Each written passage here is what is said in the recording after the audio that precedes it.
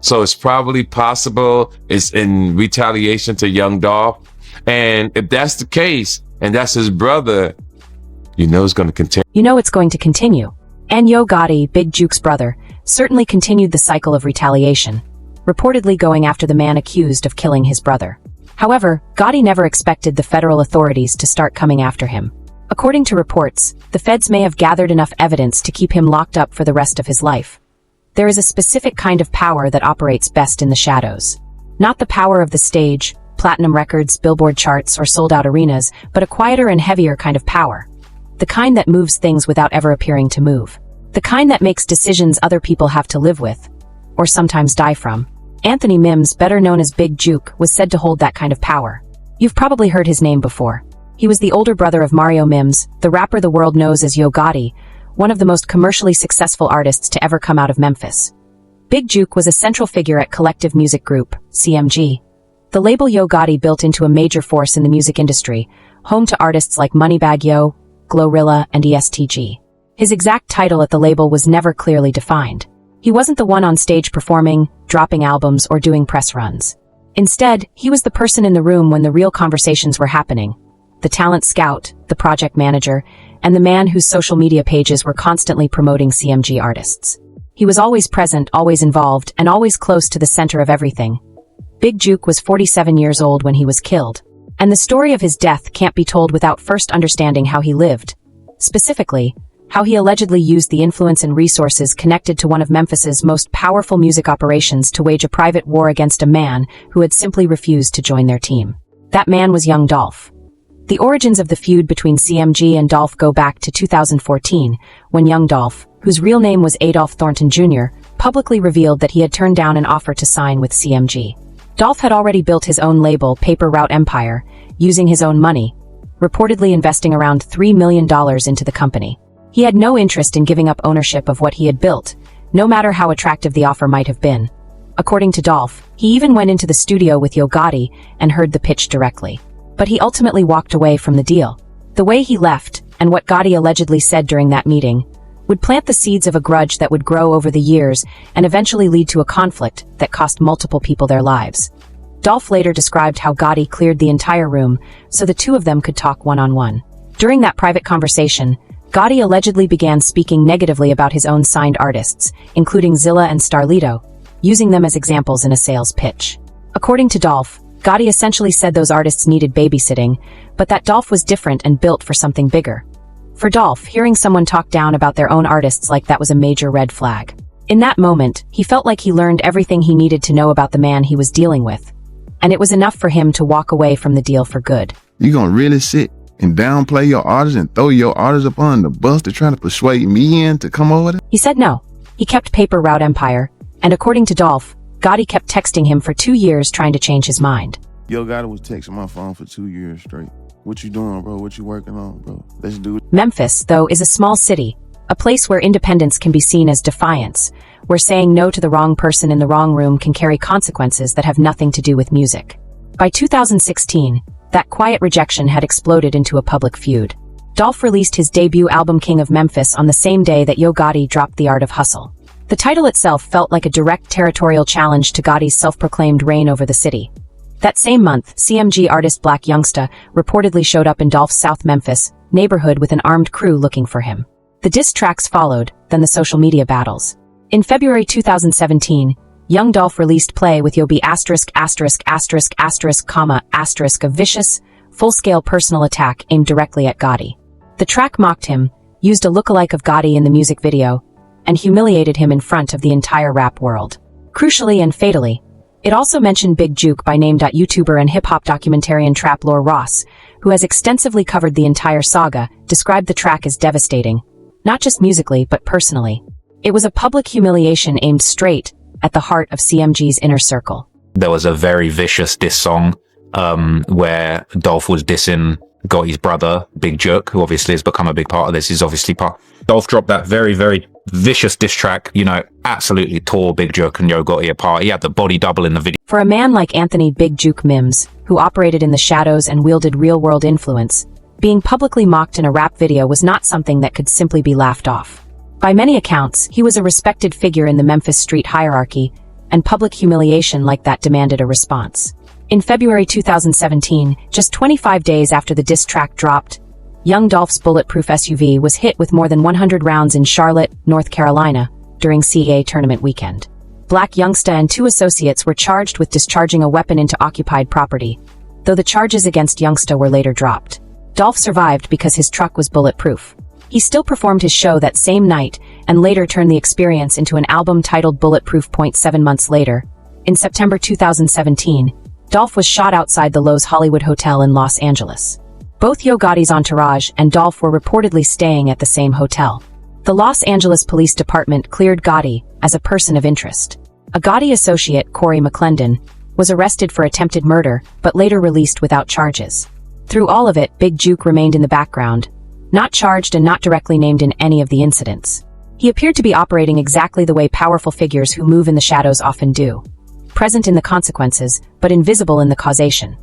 According to prosecutors and later court filings, investigators would eventually claim that something far more permanent was being planned than a drive-by shooting or a failed attempt in Los Angeles. Authorities alleged that a contract killing was being organized. Court documents claimed that Anthony Big Juke Mims had placed bounties on multiple members of Paper Route Empire, the independent label founded by young Dolph. The alleged list included $100,000 on Dolph, $50,000 on Key Glock, $50,000 on Pre, $20,000 on Snoopy Badass, and $5,000 on Moochie Grape. The claims painted a picture of an entire independent label allegedly being targeted for elimination. When the alleged bounty list spread online, the reaction was immediate and intense. Fans of Paper Route Empire flooded social media with one repeated message: protect Key Glock at all costs. Glock, who was Dolph's cousin, protege, and the second biggest artist on the label, reportedly had a $50,000 price on his head and had no idea how close the danger may have been. Big Juke's final Instagram post appeared on January 12, 2024. The caption read, "They don't want to face you. They want to snake you. Stay alert. Stay alive. Watch your back at all times." The very next day, Anthony Big Juke Mims was shot and killed in a parking lot outside a funeral in Memphis, reportedly in front of his mother. The man who prosecutors later connected to a network of alleged violence never saw a courtroom. He died before any of it could catch up with him legally, but the streets moved faster than the courts often do. The tragedy tied back to an earlier moment. On November 17, 2021, young Dolph was visiting Makeda's homemade butter cookies in South Memphis. Dolph had been in the neighborhood running Thanksgiving turkey giveaways, a tradition that reflected his commitment to giving back to the community where he grew up. As he stopped at the bakery, a stolen white Mercedes-Benz pulled up. 2 men stepped out and opened fire. Dolph was hit by 22 gunshots to the head, neck, torso, and extremities. The entire attack was captured on surveillance cameras. Young Dolph died almost instantly in the city he loved most, among the same community he had spent his career trying to uplift. For the people closest to him, the news arrived the way devastating news always does, suddenly and without warning. Key Glock was at home when the phone call came through. Never forget, yep. Where were you at? I was at home. Laying down, actually. He later described hearing the tone in someone's voice before the words even came. The kind of tone that tells you something is terribly wrong. That specific way someone says your name when the world has already shifted beneath your feet, and they're only just now telling you about it. Yeah. And did somebody call you or? Somebody called me in the house. Like, you know, how you can hear when somebody call your name, like the tone of their voice, like you know something wrong, you just don't know what it is. Weeks later, when people asked Key Glock how he was holding up, his answer was simple: content. Not better, not worse, just content. How you holding up? I'm content. That quiet grief became the emotional weight behind everything that followed. Meanwhile, the legal process was already moving toward a courtroom that would eventually bring the name of Anthony Big Juke Mims into the conversation in the most public and serious way possible. In January 2022, Justin Johnson, a rapper known as Straight Drop, and Cornelius Smith were arrested as the 2 shooters in the killing of young Dolph. Hernandez Govan was charged as the alleged organizer of the murder, while Johnson's half-brother Jermarcus Johnson was charged as an accessory. 4 people were now connected to the case, but for nearly 2 years the question of who ordered the hit remained unanswered publicly. Though many in Memphis believed they already knew the name. In September 2024, Justin Johnson's trial finally began. The man who answered the question in court was Cornelius Smith. Just before the trial started, Smith pleaded guilty to first-degree murder in exchange for cooperating with prosecutors. On the witness stand, he described every meeting, every conversation, and the events of the day young Dolph was killed. At the center of his testimony was Anthony "Big Juke" Mims. Smith testified that Big Juke had placed a $100,000 bounty on Dolph's life. According to his account, Hernandez Govan acted as the middleman, recruiting Smith and Johnson and relaying the instructions along with the promise of payment. The money was supposed to be split, $40,000 each for Smith and Johnson as the shooters and $20,000 for Govan as the broker. During opening statements, Shelby County Deputy District Attorney Paul Hagerman alleged that Big Juke had also offered Johnson something beyond money, a path into Collective Music Group. According to prosecutors, the proposition was simple: eliminate the rival label's biggest star and earn a recording deal as a reward. Smith said he and Johnson tracked Dolph during his Thanksgiving charity events in South Memphis, knowing he would be moving around the community without heavy security. They followed his vehicle to Makeda's homemade butter cookies.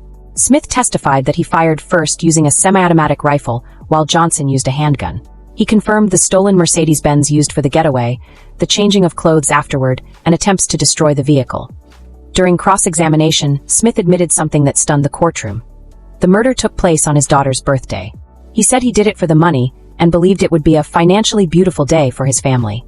But after the killing, the promised payment never truly came. Smith tried repeatedly to collect the $40,000 he believed he was owed. Instead, he received just $500 tucked inside a letter delivered to a front door, followed by another small payment arranged through intermediaries and picked up by his girlfriend on a street corner.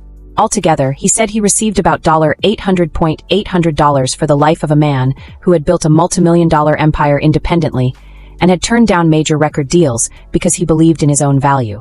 Another shocking revelation came during questioning from Johnson's defense attorney Luke Evans. Smith admitted that about $50,000 in legal fees had been paid for him after his arrest by someone connected to Collective Music Group.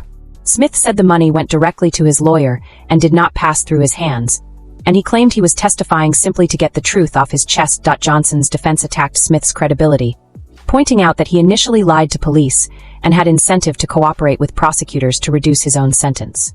But the jury deliberated for less than 4 hours before reaching a decision. Meanwhile, music manager Wack 100 publicly warned Yo Gotti on social media to say his prayers, speculating that prosecutors might eventually pursue RICO Act charges linking earlier violence, including the 2017 Charlotte shooting, to Dolph's murder. No federal indictment has been filed publicly, and neither Gotti nor Collective Music Group issued any statements during the trial. At the center of the allegations, Anthony "Big Juke" Mims was no longer alive to answer any of it. He had been shot and killed 9 months before Justin Johnson's trial began. On January 13, 2024, family members gathered for a repast after a funeral at Purnell's Restaurant and Event Center on Winchester Road in Memphis. The funeral was for Eric Boven, described as a relative of the Mims family and a former Memphis drug kingpin. Big Juke was there, along with his mother. Yo Gotti had reportedly just left the gathering shortly before the shooting began. Around 4:15 p.m., gunshots rang out in the parking lot. Police found 2 victims with multiple gunshot wounds. Big Juke later died at the hospital, while the second victim survived after being airlifted to Regional 1 Health. Surveillance cameras captured a white Ford Explorer speeding away from the scene. Within hours, videos of Big Juke bleeding in the parking lot spread across social media, just as surveillance footage from Makeda's homemade butter cookies had spread after Dolph's death. Both men died on camera. Hip-hop documentarian Trap Lore Ross, who had followed the entire story for years, pointed out the grim symmetry. Dolph had been killed in broad daylight on camera, at a place he regularly visited. Big Juke, who prosecutors say helped orchestrate that killing, was also shot in broad daylight on camera outside a family gathering. The mechanics of the violence were eerily similar.